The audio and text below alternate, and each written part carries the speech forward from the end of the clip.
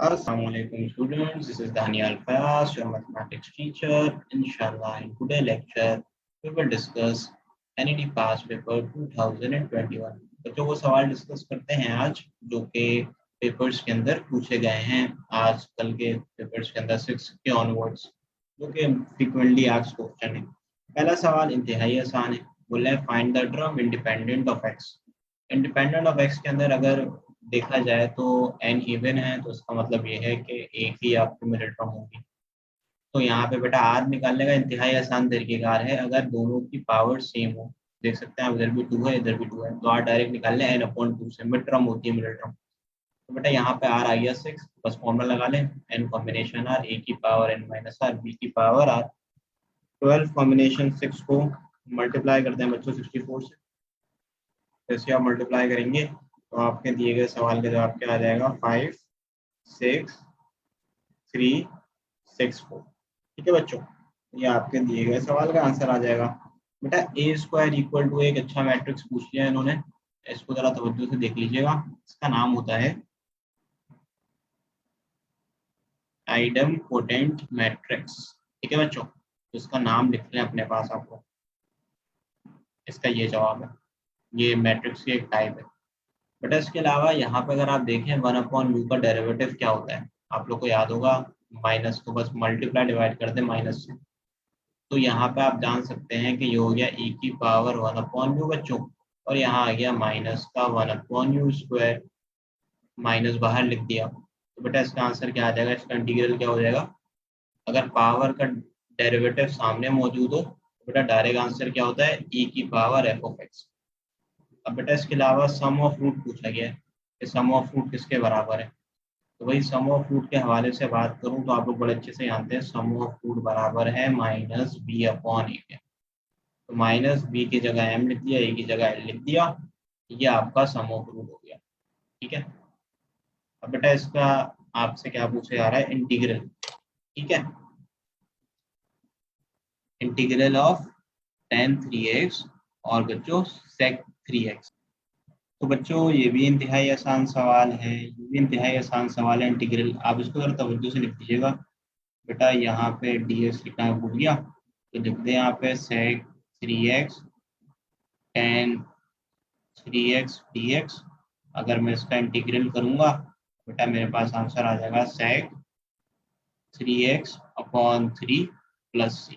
ठीक है बच्चों, अब इसका dy/dx निकालना है। बेटा जब फंक्शन आपको पता है क्या है, ln x² + x, और अगर आप इसका डेरिवेटिव लेना चाह रहे हैं तो बेटा क्या आंसर होगा, 1/डब्बा डेरिवेटिव ऑफ दी डब्बा, मतलब जो भी x² + x में लिखा ही है। बेटा ये हो जाएगा 2x x² + x। अब रही बात इस सवाल की, बेटा कुछ ना करें, इसको ऐड कर लें जल्दी से। बेटा ये हो जाएगा -1, ये हो जाएगा 2x - 3y, बेटा ये हो जाएगा -4x + 5y, और बेटा ये हो जाएगा 0। ठीक है बच्चों, यहाँ पे रही बात वही -1 1 1 0। कंपेयर कर लें बेटा, कंपेयर कैसे करते हैं, सेम पोजीशंस वालों को इक्वल रख देते हैं। बेटा 2x - 3y = 1 और -4x + 5y = 1। एक काम ये करें, इसको 2 से मल्टीप्लाई कर दें, 4x - 6y = 2। इन दोनों को बेटा ऐड कर लें। ठीक है बच्चों, इसको आपने ऐड कर लिया। ऐड करने के बाद अगला काम क्या करें आप लोग, सब्ट्रैक्ट कर रहा हूँ मैं, साइमल्टेनियसली सॉल्व कर रहा हूँ। 4x से 4x बच्चों कैंसिल आउट हो जाएगा, चाहे आप कैलकुलेटर में साइमल्टेनियसली सॉल्व कर लें, दोनों तरीके से हो जाएगा। ठीक है बेटा, ये हो जाएगा -y = 3, y आ जाएगा -3 के इक्वल। अब x निकालना है तो कोई मुश्किल काम तो बाहर नहीं है ये, बस यहाँ पे लिख दें -4x = 5 3 15, 15 - 1 बच्चों हो जाएगा 14, और आपका x का आंसर जो है, आपका x का आंसर बच्चों इसके अंदर आ जाएगा -7/2। ठीक है, तो मैंने आपको x और y दोनों बता दिए। यहाँ पे क्या पूछ रहे थे, x और बेटा y की वैल्यू ही पूछी जा रही थी आपसे, और ऊपर वाले क्वेश्चंस कर लिए हम लोगों ने। ये बच्चों ऊपर वाले क्वेश्चंस हो गए। बेटा ये सवाल था, आप लोग बड़े अच्छे से जानते हैं कि probability of A union B किसके बराबर होता है? Probability of A plus probability of B minus probability of A intersection B. अब बेटा प्रोबेबिलिटी ऑफ ए आपको बता रहे हैं 1/3, दिस विल इक्वल टू 1/3 बेटा 1/9। यहाँ पे probability of A union B बराबर आ रहा है 3 + 3 - 1/9। बच्चों ये हो गया probability of A union B. अब बात कर रहे हैं probability of A union B का कॉम्प्लीमेंट। बेटा 1 में से माइनस करते हैं जब भी कॉम्प्लीमेंट आ जाए, मतलब ये होगा, ये बराबर हो जाएगा 1 minus probability of A union B.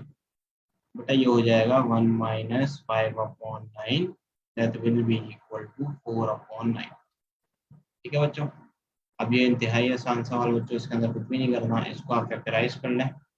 बेटा ये हो जाएगा sin square theta plus cos square theta, इसके आगे आ जाएगा आपके sin square theta minus cos square theta upon sin square theta minus cos square theta.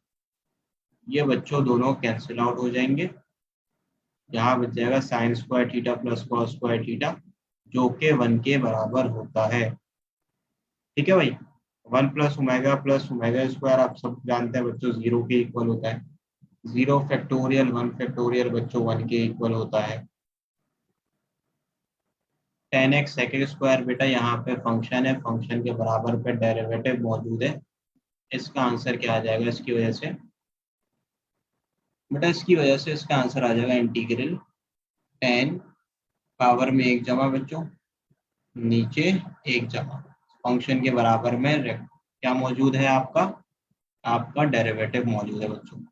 अब देखिए रेक्टेंगुलर हाइपरबोलिक इक्वेशन आप बहुत अच्छे से जानते हैं, x² - y² = a²। सही है बच्चों, जबकि एसेंट्रिसिटी होती है इसकी बेटा √2 रेक्टेंगुलर हाइपरबोला की। तो अगर मैं फोकाई की बात करूं, फोकाई गिवन है +-2√2, 0 बच्चों। तो इसको अगर मैं कंपेयर करूंगा तो ये हो जाएगा +-e,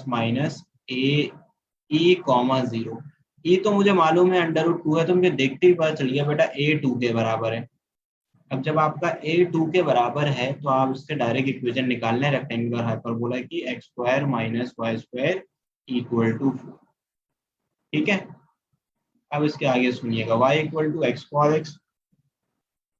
बेटा इसको चाहें तो आप डायरेक्ट शॉर्ट ट्रिक से भी कर सकते हैं, मैं इसका डायरेक्ट बाहर आपको आंसर बता सकता हूँ।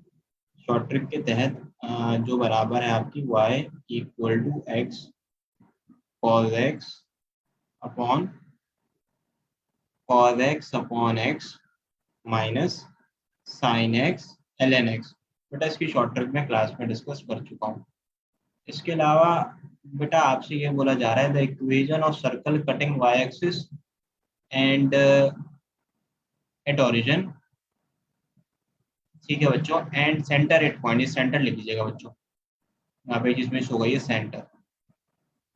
तो बेटा जब y एक्सिस में कट करता है सर्कल तो आपको मालूम है c हो गया 0 आपका बच्चों, c हो गया 0। अब रही बात रेडियस की, बेटा रेडियस 6 के बराबर है, तो सेंटर के कोऑर्डिनेट जाहिर है आप देख सकते हैं यहाँ पे कि यहाँ पे ये सर्कल है बेटा, सेंटर बहरहाल बराबर है 0,6। 0,6 से मुराद ये है कि आपका यहाँ पर डायरेक्ट अगर आप लिखना चाहें तो बेटा ये g आपका 0 आ रहा है और f बेटा 6 आ रहा है। ठीक है, इक्वेशन लिख लें, GFC चाहिए होता है x² + y² + 2gx। ठीक है बच्चों, f क्या आ जाएगा -6 आ जाएगा बहरहाल, और बेटा आपका यहाँ पर +2fy + c बेटा 0 है = 0।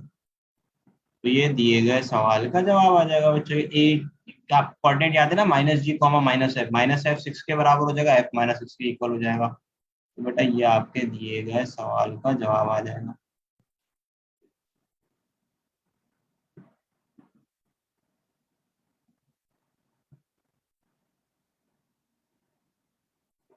ठीक है बच्चों, इसको देख लीजिएगा आप। अब बेटा इसके आगे क्या बोल रहे हैं आपसे, K being integer find W N. जहाँ पे बेटा एन 3 के इक्वल है, तो आपको डब्ल्यू एन की वैल्यू निकालनी है। तो बड़ी आसान सी बात है बच्चों, कि अगर एन 3 का मल्टीपल हो, तो मैंने आपको क्लास के अंदर भी बताया था कि अगर एन 3 का मल्टीपल हो तो आप निकाल लें 1 के बराबर होता है। क्योंकि के जो है आपका इंटीजर है, 1 रखें बेटा तब भी 1 आंसर आएगा, 2 रखें तब भी 1 ही आंसर आएगा। तो इसका बहरहाल मतलब ये है कि मैं कोई भी इंटीजर रख लूँ, उससे आंसर 1 ही आना है। अब यहाँ पे बेटा ये इंतहाई आसान सवाल पूछा गया है, पावर नीचे पावर में से एक माइनस, पावर नीचे पावर में से एक माइनस बेस का डेरिवेटिव बेटा 0 हो जाएगा। इसके अलावा यहाँ से अगर मैं dy अपॉन डी एक्स निकालना चाहूँ तो बेटा ये हो जाएगा minus X cube upon Y cube.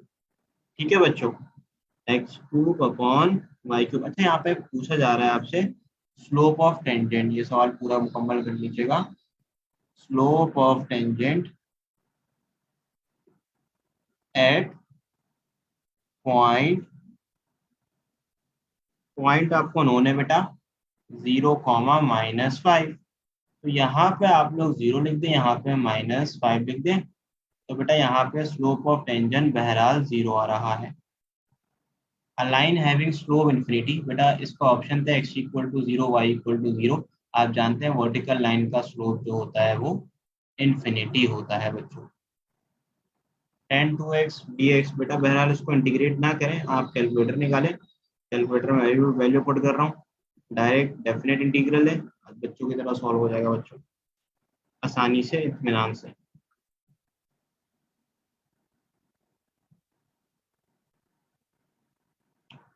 अच्छा बच्चों, तो ये सवाल था आपका इंटीग्रल पाई/3 पाई/4 tan x upon d x. Calculator में पुट करते हैं बेटा, आंसर आ जाएगा -ln2/2। ठीक है बच्चों, अगर आगे सुनिएगा, equation of directrix of the ellipse. सबसे पहली बात तो ये हो गई कि इसके अंदर बेटा आपको मेजर एक्सिस माइनर एक्सिस मालूम होना चाहिए, क्योंकि वाई स्क्वायर का कोफिशिएंट बड़ा है। इसका मतलब ये है बेटा major axis along X axis है। ठीक है, तो ये मेजर एक्सिस अलोंग बेटा क्या हो गया, एक्स एक्सिस। अब रही बात इक्वेशन ऑफ डायरेक्ट्रिक्स की बात की जाए, तो बेटा ये बराबर हो जाएगी x equal to h plus minus a upon e. ठीक है, तो क्या आपका डायरेक्ट्रिक्स क्या है, ये आपका डायरेक्ट एलिप्स है, तो डायरेक्ट्रिक्स बेटा इसके परपेंडिकुलर ही होता है, यानी कि वर्टिकल लाइन होगा। अब मुझे क्या निकालना है, एच निकालना है, ए निकालना है और ई निकालना है। बेटा ए स्क्वायर यहाँ पे 9 के इक्वल है, बिगर कोफिशिएंट याद रखिएगा ए स्क्वायर है। तो बेटा ए तो 3 हो गया। अब रही बात इसेंट्रिसिटी, मैं आपको एक शॉर्टकट फॉर्मूला बता रहा हूँ, देख लीजिएगा ध्यान से, 1 माइनस बी स्क्वायर अपॉन ए स्क्वायर। तो बेटा यहाँ से इसेंट्रिसिटी आ जाएगी 1 माइनस 1 अपॉन 9। तो यहाँ पे आपकी इसेंट्रिसिटी आ रही है 2√2/3। बच्चों ये आपकी हो जाएगी इसेंट्रिसिटी। अब आपको क्या चाहिए, एच चाहिए ना। देखो बेटा एच का डायरेक्ट फॉर्मूला लिख लीजिएगा, एच बराबर होता है minus coefficient of x divided by 2 times coefficient of x square. ये ट्रिक आप लोगों ने पढ़ी होगी। ठीक है बच्चों, तो ये आपका 2 times coefficient of x square.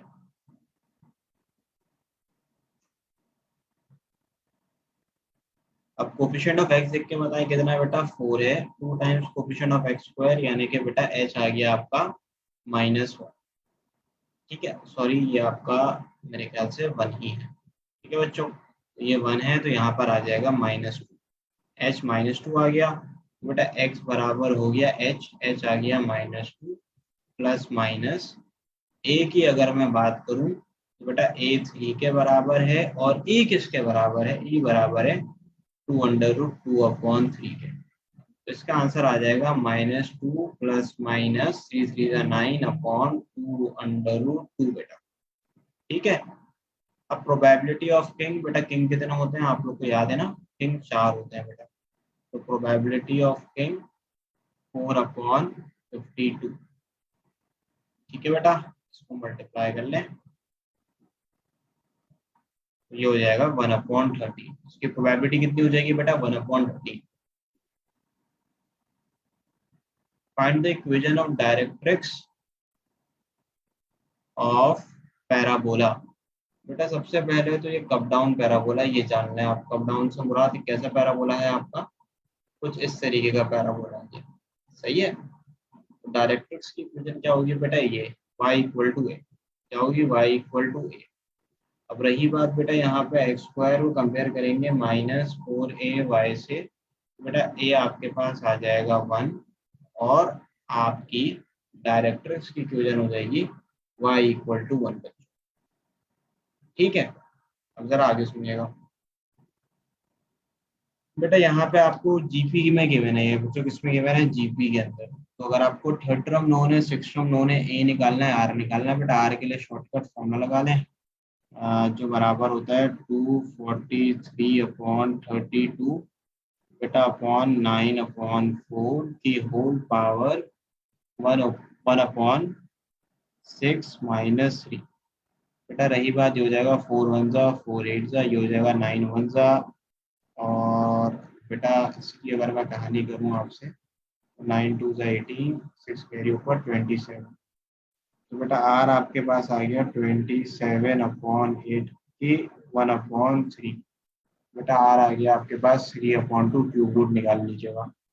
अब रही बात ए की, तो बेटा कुछ ना करें, T3 बराबर होता है AR स्क्वायर के।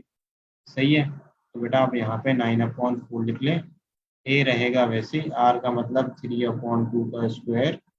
ये बेटा कैंसिल आउट हो गया। ए की बहरहाल वैल्यू हमारे पास कितनी आ गई बेटा? 1 आ गई। ठीक है। ए कितना आ गया आपके पास? 1 आ गया। अब बेटा ये एक शॉर्टकट याद रख लीजिएगा कि लिमिट अगर अप्रोच कर रही हो x टेंस टू 0 और आपको निकालना है sin px minus sin 2x upon x, तो बेटा इसका आसान सा फॉर्मूला होता है p माइनस क्यू। ठीक है। तो इसका आंसर हो जाएगा बेटा 5 - 3 that will be equal to 2। ठीक है बच्चों, तो ये कुछ सवालात थे जो कि मैंने गैदर किए अपने स्टूडेंट्स से और आप लोगों को इनके सोल्यूशन का बताया। बेटा जिनका टेस्ट है उनके लिए फ़ायदेमंद होगा और मैं दुआ करता हूँ कि बेटा आगे जाकर आप लोग के जो टेस्ट हो इंतहाई अच्छे हो। ठीक है बेटा। ओके, जज़ाकल्लाह।